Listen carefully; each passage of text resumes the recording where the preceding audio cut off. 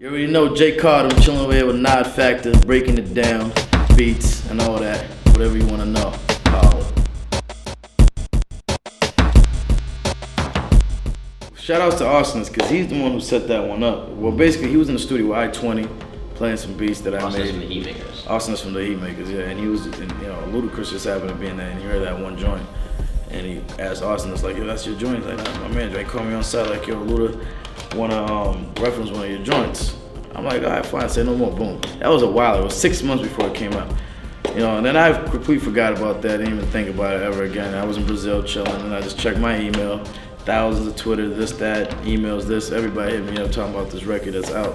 So I heard it, it was a Luda record, it leaked out. I had no idea, how it leaked, who leaked it, why it leaked, but it definitely, I don't think it's making an album just because of that, but it was still a good look, a Luda joint. So Luda was writing for Dre and thought that beat would be good to use to make a song. It was like, it had that little Cali feel. Mm-hmm. So yeah, he wrote a record for Dre. Interscope loved it. A lot of people thought Dre produced that shit. Yeah, Interscope did love it. I ran into some people from Interscope that was telling me that they liked it a lot.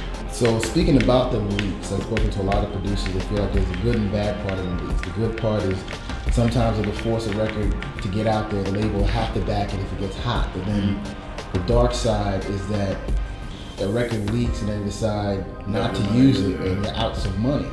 Yeah, I mean, even if they pay for it, you don't get the same money. You won't get, well, even if they pay for it up front, you get like a percentage or half or whatever. You know what I'm saying? And then you get the back end, but you won't ever get the back end or your publishing or none of that because it's leaked. You know what I'm saying? So they're never gonna use it. So, but in this situation, I never got paid for it at all. I'm not mad at anything. So it was just, if it went on the album, let's say Dre was to take it, of course contracts and all that paperwork will be handled and all that. But as far as but I ain't mad though. If you want to know the truth, it's part of the game. It happens all the time. It's the game we're in. You know what I'm saying? If I don't like it, I was just clocked out. You know what I mean? But what can I do? You know what I mean?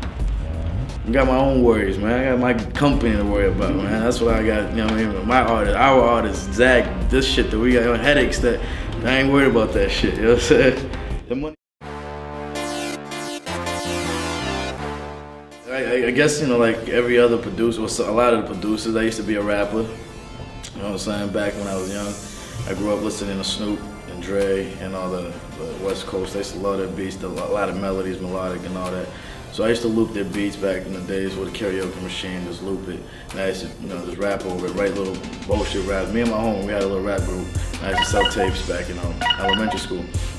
I used to have a 4-track, right? 4 tracks, I had 4 tracks to do it. So I used to put track 1 would be the drums, track 2 would be the sample that I chopped up just on Sound Forge with Cakewalk. I didn't really know how to work these computer programs, and I used to just place it on that. And I had to take my dad's keyboard and do a little bass line and probably add a little strings or whatever. That was 4 tracks, drums, sample, bass, and something extra. That was it. That's all my beats had. Back in it, that was like when I was in high school, like a junior, you know what I'm saying? Then one of my dad's friends who owned a studio, because my dad also does these loops on it, because it was at his computers, his little setup, because he'd be playing a keyboard and all that. She'd be arranging music, so he has some loops and shit. So one of my dad's friends who has a studio was like, yo, I got this program you're gonna like. It was Acid Pro 2. That was how long ago it was. And he installed it on my pop's computer, and he told my pops, like, yo, he's something I like that. So I started playing with it. And ever since then, now it's Acid 7, 8, I can't remember. I think it's 7, true. And that was when it started, when it was Acid 2.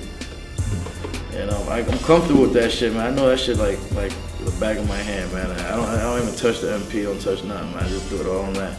I can mix, do everything, because I can do anything pretty much on it. I know how to use that shit. I can do anything.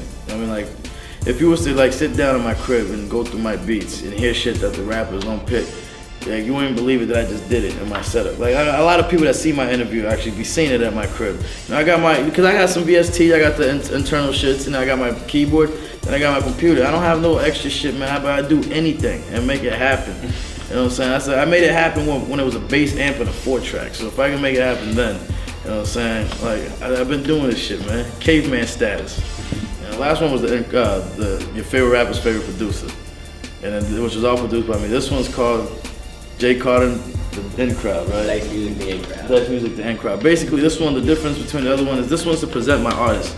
Our artists, Dice Music artists, which is Tug, Aries, GIs, and Certified Gs. They all got records on there that represent them right, you know what I'm saying? Then we got a lot of big name features like Joel's, Ludacris, ODB, Jada, the whole Locks, Style, Chic, Red Cafe, Joe Budden, even Briscoe, Gunplay, Triple C's. Shout outs to them. Akon, French Montana, Mass Pike Miles from Boston. Shout out to Mass Pike. Shot Stimuli. Shot Stimuli. You know, we got everybody you like. Emilio Rojas. Terminology. Yeah. You know, we got the whole world in there. That's the whole thing. We got a sound. Just like, you know, like Diddy and Bad Boy had their sound and Rockefeller had their sound, Dice Music. We got a sound. And that's what we're gonna take over the world with it. You know? It's our weapon. So look out.